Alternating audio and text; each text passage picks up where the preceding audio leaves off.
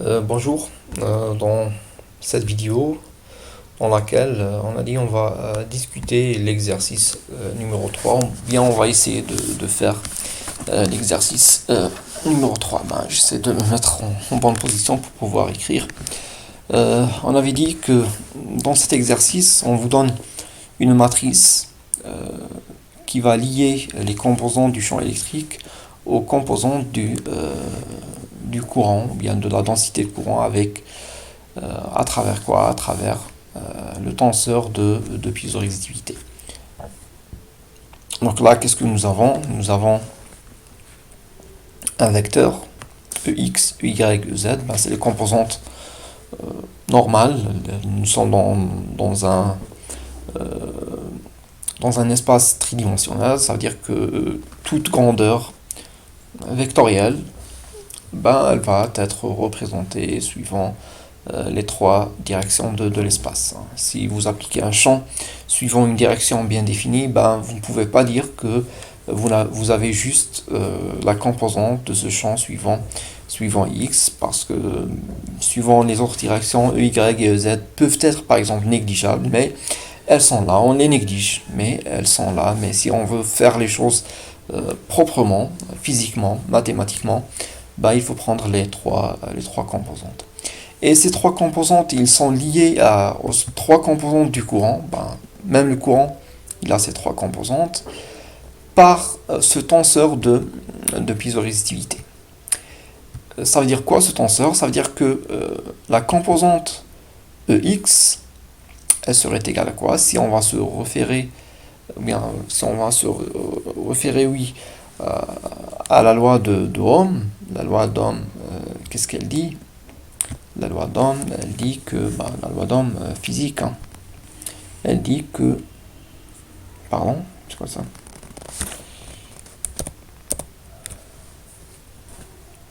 Ah oui, parce que je pense que, attends, parce que je pense que là on a pris, voilà, on va essayer d'écrire maintenant. Elle dit que E,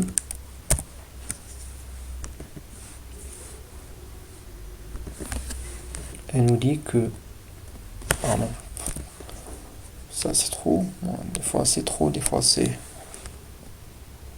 elle nous dit que E, c'est quoi? C'est ρ fois quoi? Je m'excuse, attendez, je vais.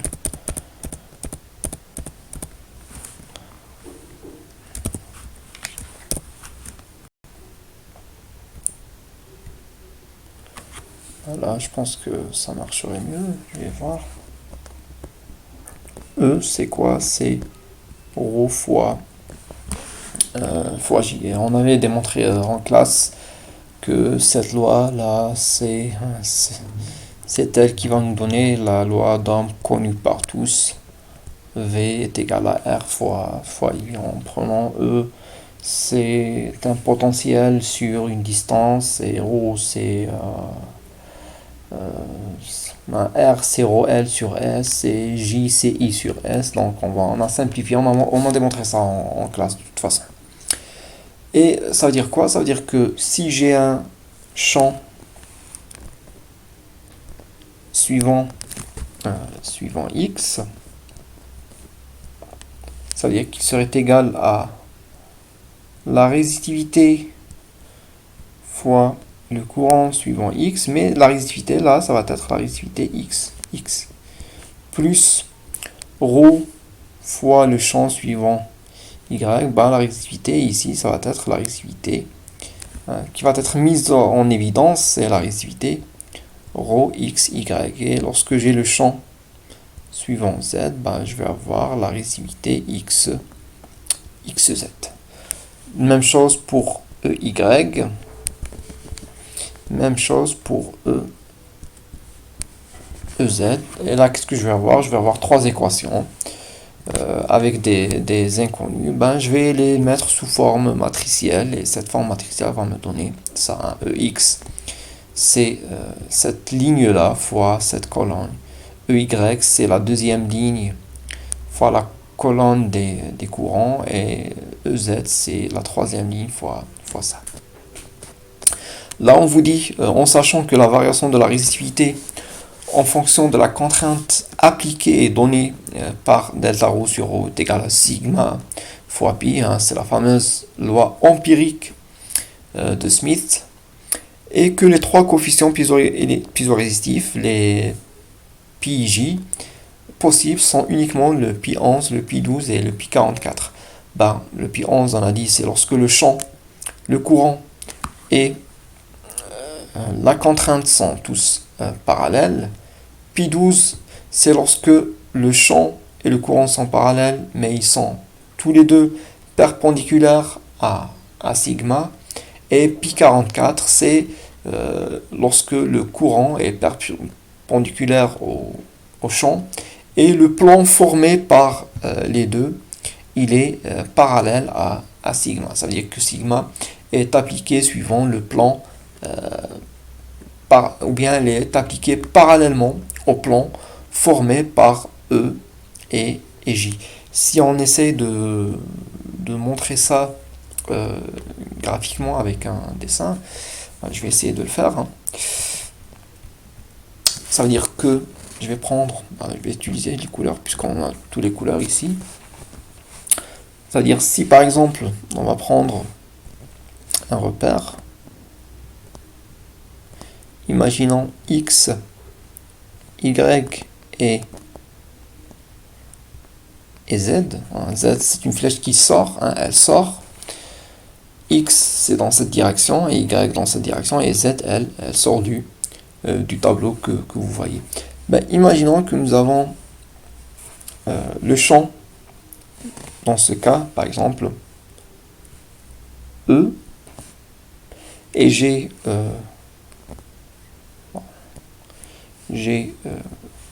le courant J dans cette direction, et je vais prendre le jaune, et j'ai sigma dans la même direction, dans cette direction. Ben, les trois ils sont suivant X. Ben, le phénomène de piézorésistivité, ou bien le coefficient de piézorésistivité qui va se manifester, ben, ça va être le pi 11 tout simplement. C'est le pi 11 parce qu'ils sont tous parallèles. Si par exemple, imaginons nous sommes dans le cas où le courant est suivant Y, le champ est suivant Y, et la contrainte elle aussi elle est suivante Y, ben là aussi c'est le pi 11, peu importe, parce qu'ils sont tous les trois parallèles, ben on va avoir le coefficient de piézorésistivité. Et ça c'est possible parce que on avait expliqué la structure atomique du silicium. C'est un une structure cubique. Elle permet, c'est un cubique face centrée, elle permet une certaine symétrie dans les calculs. Ben, peu importe qu'on applique les trois composantes, courant, champ et contrainte suivant X, Y ou Z, dès lors qu'ils sont appliqués suivant une même direction, ben, on va avoir toujours le même coefficient de piézorésistivité parce que la structure du silicium, elle est cubique face centrée et elle permet une symétrie, elle permet une parfaite symétrie. Mais imaginons par exemple que nous avons le champ et le courant qui sont suivants Y, et on va avoir notre contrainte qui va par exemple prendre cette direction. Nous avons sigma Y, là nous avons par exemple, X, sigma X, et là nous avons EY et JY. EY et JY. Là, le coefficient qui va se manifester, ça va être le pi 12. Tout simplement, ça va être le pi 12. Inversement, si E et J sont suivants X et sigma il est suivant Y ou bien suivant Z même s'il est suivant Z, il n'est pas perpendiculaire par rapport à E.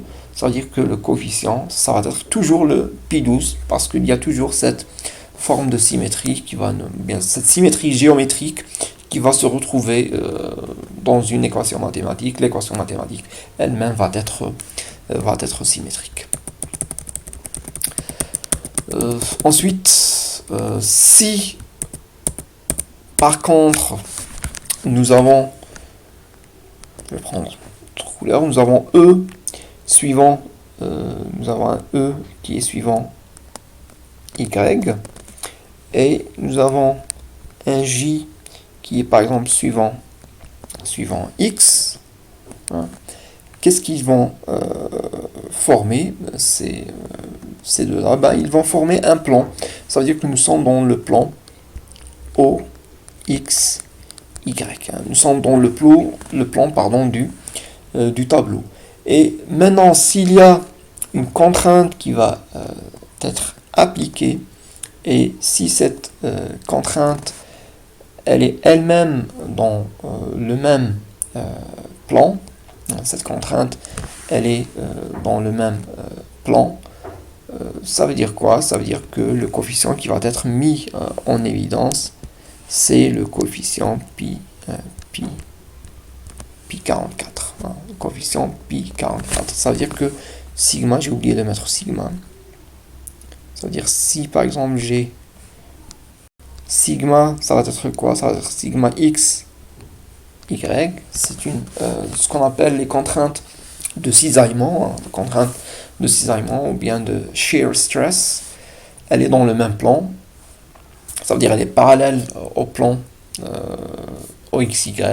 Ben là, on va avoir le coefficient pi 44. C'est tout. Maintenant, on peut résoudre l'exercice. On peut remplir le tableau là. Je vais revenir au PDF. Là, on vous dit compléter par les coefficients PJ le tenseur ci-dessous, liant les composantes de la résistivité aux composantes des contraintes. Là, qu'est-ce que nous avons? Nous avons 1 sur ρ fois les delta ρ. Ça veut dire que là, j'ai delta ρ xx sur ρ0, delta ρ yy sur ρ0, delta ρ zz sur ρ0, etc., etc., etc. Et la somme de tout ça, ça va donner delta ρ sur ρ qui est égal à pi fois sigma. Cette écriture-là, c'est l'écriture simple, mais cette écriture, c'est l'écriture tensorielle, la vraie écriture. Bon, on va essayer de trouver qu'est-ce qu'il y a ici. Hein. On va essayer de mettre les pi ij ici. Qu'est-ce que ça va donner? Je vais ajouter juste un truc, toujours en parlant de symétrie. Eh bien, vous auriez peut-être deviné que si par exemple j'applique un courant suivant X et un champ électrique suivant Y, eh bien la résistivité qui va être mise en évidence, ça va être ρx Y. Hein. Si le champ est suivant X, le courant est suivant Y, ben je vais avoir ce terme-là, c'est ρx Y. Maintenant, si j'inverse, par exemple, si je décide d'inverser, le champ était suivant X, je vais mettre le champ suivant Y et le courant suivant Z. Qu'est-ce qui va se passer? Ben, je vais avoir la résistivité ρYX. Mais vous auriez peut-être deviné que c'est la même chose. Vous prenez un matériau, vous appliquez le champ suivant une direction et le courant suivant une direction perpendiculaire et vous allez mesurer une résistivité électrique. Si vous inversez, vous allez avoir la même valeur. Ça veut dire quoi? Ça veut dire que ces coefficients-là, bien ce tenseur de résistivité, bien il va se réduire. Hein. ρxy par symétrie va être égal à ρyx. ρxz va être égal à ρzx et ρyz serait égal à ρzzy. Donc là, nous avons juste delta ρ xx, delta ρ yy, delta ρ zz. Nous avons juste delta ρ xz, yz, pardon, ensuite xz et ensuite xy. Vous pouvez peut-être poser une question sur l'ordre qu'on a adopté, pourquoi on a mis YZ, on n'a pas commencé par XY par exemple. Ça change rien du coup parce que là on va respecter les choses là. Si on aurait changé ici, ben là, on aurait aussi changé, et là, ça va changer. Et le résultat à la fin serait le même. Ça veut dire que l'ordre ici n'est pas très important. Si je change, ben, je vais changer aussi ici. Et ça va changer. Donc j'essaie de me rappeler ici, qu'est-ce qu'il y a, ici, qu'est-ce qu'il y a. Je vais reproduire, ou bien, plus intelligents. Je vais essayer de... Ben, je pense que ce n'est pas possible. Ben, je vais essayer de faire un truc. Je vais zoomer juste un peu ici.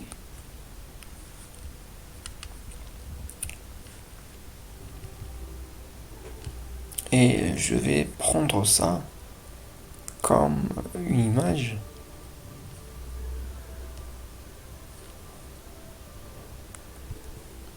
Eh bien, je vais prendre ça comme une image. Et ce que je vais faire, je vais la coller ici.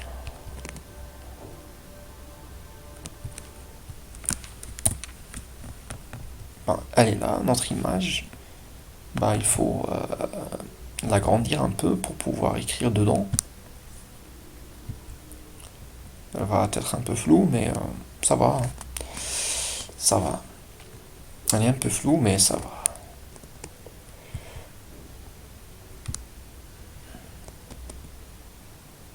Bon, je vais la prendre comme ça. Je vais effacer ce qu'il y a dedans.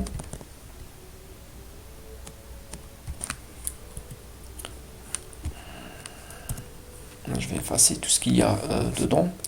Euh, et je vais essayer de la remplir. Donc, je vais prendre le noir. Là, qu'est-ce que ça dit? Ça dit que ici, pardon, prendre le stylo. Là, c'est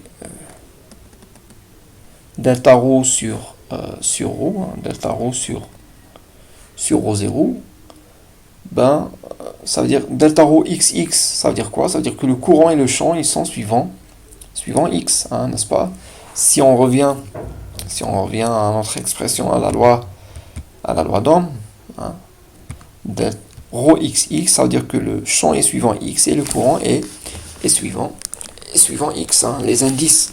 Pardon, je commence à me fatiguer de cette position-là. Ça veut dire quoi? Ça veut dire que là, nous avons et le champ et le courant qui sont suivant x. Et la contrainte, elle aussi, elle est suivant x. Ça veut dire que le coefficient de piezorésitivité qui va être multiplié par cette sigma x, ça va être naturellement quoi? Ça va être naturellement pi.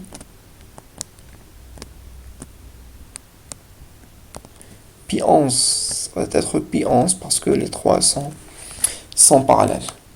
Ensuite, le deuxième coefficient qui serait là, ben, c'est lui qui va être multiplié par sigma y. C'est-à-dire que le coefficient qui va être là, c'est quoi? Ben, nous avons le courant et le champ qui sont suivant x, et la contrainte, elle est suivant y, donc elle est perpendiculaire. Ça veut dire quoi? Ça veut dire que c'est pi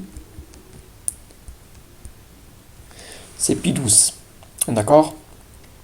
Ensuite, qu'est-ce que nous avons? Ben, je vais essayer d'agrandir un peu parce que sinon j'écris trop gros. Je vais essayer de faire ça. Je vais essayer de faire ça. Et pousser un peu les choses. Oups.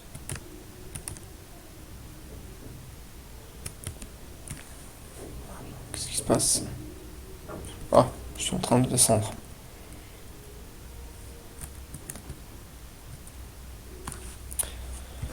Donc là, je vais avoir pi 12.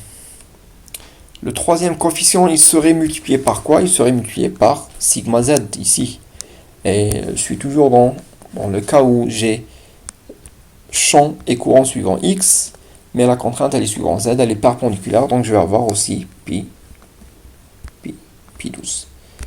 Les trois coefficients qui restent, ben j'ai sigma yz, mais là j'ai les courants qui sont et le champ qui sont suivants xx, ils sont parallèles, ils sont parallèles, ben j'ai aucun coefficient qui se manifeste parce que j'ai le courant et le champ qui sont parallèles et le seul coefficient qui existe, c'est soit pi 11, soit pi 12, lorsque la contrainte elle est soit parallèle avec eux ou bien elle est perpendiculaire par rapport à eux. Là, nous n'avons pas ces cas, ça veut dire que ces coefficients-là, je vais avoir 0, 0 et 0. Pour remplir la deuxième ligne de ce tenseur-là, ben là, je vois que j'ai courant et champ qui sont suivants. Y. Ça veut dire que le premier coefficient qui serait multiplié avec, pardon, avec, euh, avec sigma x, hein, j'ai courant et champ suivant Y, et j'ai une contrainte qui est perpendiculaire par rapport à eux, ça veut dire que c'est pi 12. Ici, de la même manière, je vais avoir pi 11, parce que j'ai Y, ou bien sigma Y, avec le courant et le champ suivant Y, et là je vais avoir pi 12, et là je vais avoir 0, 0, 0. De la même manière, là, je vais avoir pi 12 et pi 11, et là je vais avoir 0, 0 et 0. Ensuite, ici, j'ai les contraintes de cisaillement. Les contraintes de cisaillement, ben, ils se manifestent uniquement lorsque quoi? Lorsque la contrainte, elle est parallèle au champ, qui sont quoi? Qui sont le champ et le courant qui sont perpendiculaires. Ça veut dire que là, j'ai un champ suivant Y et un courant suivant Z. Ben, je vais chercher sigma YZ qui est dans le même plan. Le sigma YZ, il est où? Il est là, c'est le quatrième. Ça veut dire le quatrième coefficient, ça veut dire que là, je vais avoir 0, 0, 0, et là, je vais avoir pi, pi 44.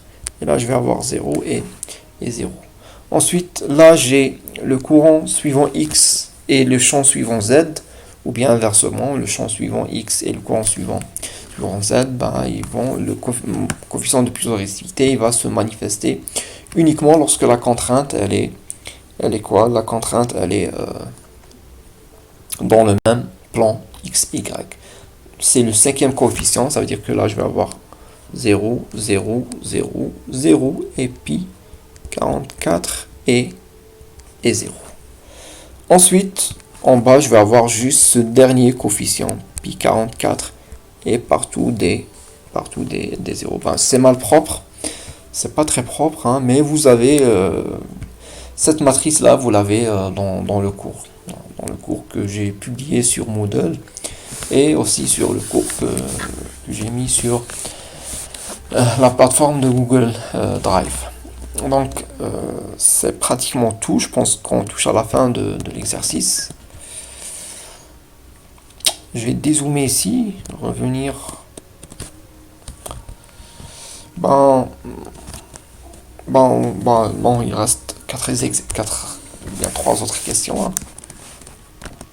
Compléter le tableau, on l'a complété. Là, on dit, supposons une jauge bidimensionnelle. Ben là, on passe à la simplification. On vous dit, imaginez une jauge bidimensionnelle placée dans le plan XY. À partir de la matrice précédente, donnez l'expression de la variation relative de la résistance de cette jauge. À partir de la matrice précédente, donnez l'expression de la variation relative de la résistance de cette jauge. Alors, ça veut dire quoi? Ça veut dire si nous sommes dans un plan OXY, ça veut dire qu'il n'y a pas de résistivité suivant Z. C'est-à-dire qu'on va avoir le delta rho XX, on va avoir le delta rho YY, on va avoir le delta rho XY et le delta rho YX. ZZ, ZY et ZX, on ne va pas les avoir. Donc qu'est-ce qu'on va avoir? Ben, on va revenir à cette matrice-là, à cette LED matrice que je viens de décrire. Si on dit que la résistance est un élément bidimensionnel, on peut, par exemple, si on fait la croissance, ou bien si on crée résistance micro-diffusée, ça veut dire par diffusion, ben, si on contrôle l'épaisseur pour qu'elle soit vraiment très petite par rapport aux dimensions de longueur et de largeur, ben là on peut considérer cette résistance comme un élément bidimensionnel par simplification. Et si on simplifie, c'est là où on peut, c'est là à partir de ce moment-là, lorsque les simplifications sont justifiées, on peut simplifier les expressions mathématiques. On ne doit jamais simplifier une expression mathématique avant de l'établir complètement et avant de connaître que les raisons de simplification sont vraiment justes ou bien sont justifiées. Ben, ça veut dire quoi? Je vais prendre le rouge. Ça veut dire que ça va partir et ça va partir et ça aussi, ça va partir. Ça veut dire quoi? Ça veut dire que delta rho sur rho, ça va être delta rho xx sur rho 0 plus delta rho YY sur rho 0 plus delta rho YX pardon, sur rho 0. Ça veut dire que qu'est-ce qu'on va avoir? On va avoir juste cet élément-là, ces deux éléments avec cet élément ici. Et on va pouvoir écrire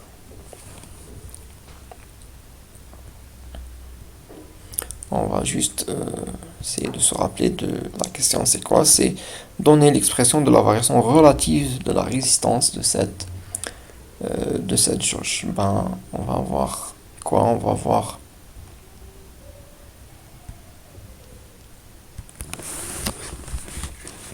on va prendre le plan. On va voir sur rho 0 qui va être quoi? Qui va être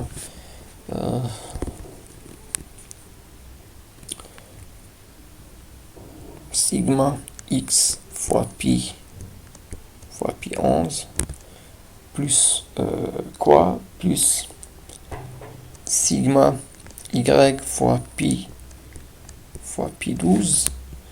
Et il nous reste sigma z, mais puisque la jauge est un élément bidimensionnel, là aussi on va voir ces termes qui vont être simplifiés. Je prends le rouge et ça se supprime.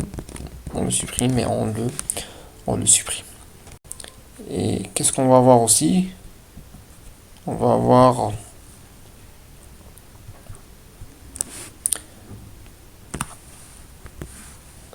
delta rho y sur rho 0 qui va être sigma x fois pi 12 plus sigma y fois pi 11. Et on va voir aussi quoi? On va voir. Attendez, je vais vérifier juste un truc. Ben, le sigma xy, ça va être égal à quoi? Ça va être égal à pi 44 fois sigma xy. On va voir delta rho x y sur rho 0. Hein, ça c'est delta. C'est comme une tente d'Indien. On va voir qu'est-ce qu'on a dit? Sigma x y fois pi 44. Et la résistivité totale va être la somme de ces résistivités partielles. Ensuite, la troisième question. Que devient cette expression si on considère la composante transversale EY du champ électrique négligeable devant la composante longitudinale EX? Ben là, c'est une autre simplification qui va s'imposer parce que on dit que le champ électrique va être uniquement appliqué suivant X. Si le champ électrique est appliqué uniquement suivant X, ça veut dire que EY ici et EZ ils sont nuls. Ça veut dire que tout ça avec ça, ben ça va sauter. Qu'est-ce qui va nous rester? Il va nous rester EX est égal à rho XX fois JX plus rho XY fois JY Et on va pas prendre rho xz. Pourquoi? Parce que déjà on avait éliminé tout à l'heure la composante z. Donc il va nous rester uniquement sigma ou bien rho xx et rho x y. Ça veut dire quoi? Ça veut dire que là, même le rho yy, ben, ça ne va pas exister, il va être nul. Il va être nul. C'est-à-dire que pour la troisième question, ben, ça va se simplifier. Et l'expression va se réduire à ça et, et à ça. D'accord? Pourquoi? Parce que le champ est appliqué uniquement suivant x. Il est appliqué uniquement suivant x. Bah, si on considère aussi que bien le courant est aussi appliqué uniquement suivant x, bah, on va avoir d'autres simplifications. La dernière question, c'est pour ce dernier cas, donner l'expression du champ électrique, bah, ce qu'on avait écrit. On avait éliminé delta rho y sur y et ça va donner uniquement delta rho xx et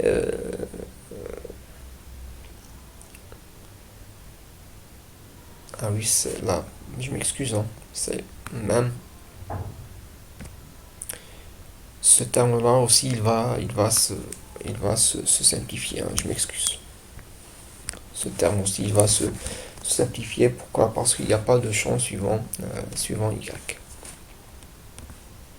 Donc s'il n'y a pas de champ suivant y, ça veut dire que le courant ne peut pas être appliqué suivant cette direction-là.